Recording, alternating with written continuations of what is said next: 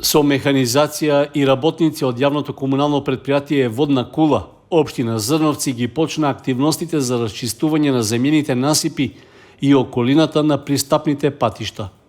Согласност за тоа даде и Советот на општината на последната седница, на која градоначалникот Борчо Коцев ја образложи потребата од реализација на преземените градежни работи.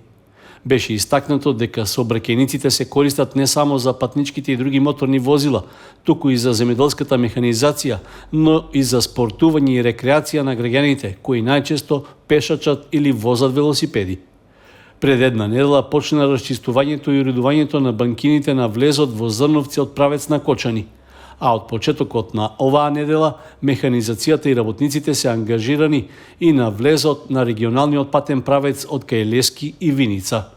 Покрај крастрењето на гранките и чистењето на наносите од земја, се отстрануваат и остатоците од изведбата на работите што се реализираа при изградбата на каналот за наводнување покрај патот кон Виница.